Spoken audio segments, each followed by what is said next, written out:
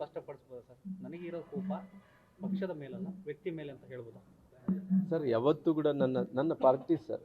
ಯಾಕಂದರೆ ನಾನು ಒಂದು ಸಾರಿ ಪಾರ್ಟಿಯನ್ನು ಬಿಟ್ಟು ಹೋಗಿದ್ದೀನಿ ಸರ್. ಪಾರ್ಟಿಯನ್ನು ಬಿಟ್ಟು ಹೋಗಿ ನಾನು ಸ್ವಂತ ಪಾರ್ಟಿಯನ್ನು ಕಟ್ಟಿದ್ದೀನಿ ಸರ್. ಆ ಸ್ವಂತ ಪಾರ್ಟಿ ಕಟ್ಟಂಥ ಟೈಮಲ್ಲಿ ಮೊಣಕಾಲ್ಮೂರಲ್ಲಿ ಕೂಡ ಅವತ್ತು ತಿಪ್ಪೇಸ್ವಾಮಿ ಅವರು ಏನಿದ್ರು ನನ್ನ ಪಾರ್ಟಿ BSR ಪಾರ್ಟಿನಿಂದ ಗೆದ್ದಿದ್ದರು ಸರ್.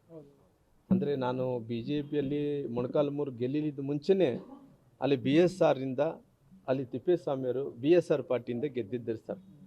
ಗೆದ್ದಂಥ ಟೈಮಲ್ಲಿ ಕೂಡ ಭಾಳ ಸ್ಪಷ್ಟವಾಗಿ ಯಾವತ್ತೂ ಕೂಡ ರಾಜ್ಯದ ಜನರು ನನ್ನ ಬಿಟ್ಟು ಕೊಟ್ಟಿಲ್ಲ ಸರ್.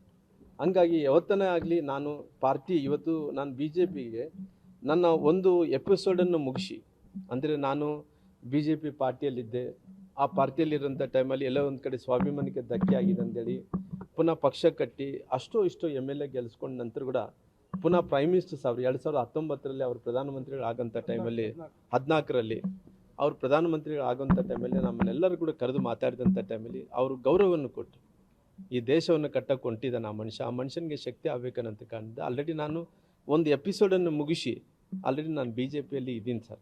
BJP ನನ್ನ ಸ್ವಂತ ತಾಯಿ ಇದ್ದಂತೆ ಸರ್. BJPಗೆ ಯಾವತ್ತೂ ಕೂಡ ದ್ರೋಹ ಮಾಡೋಂಥ ಕೆಲಸ ಮಾಡಲ್ಲ.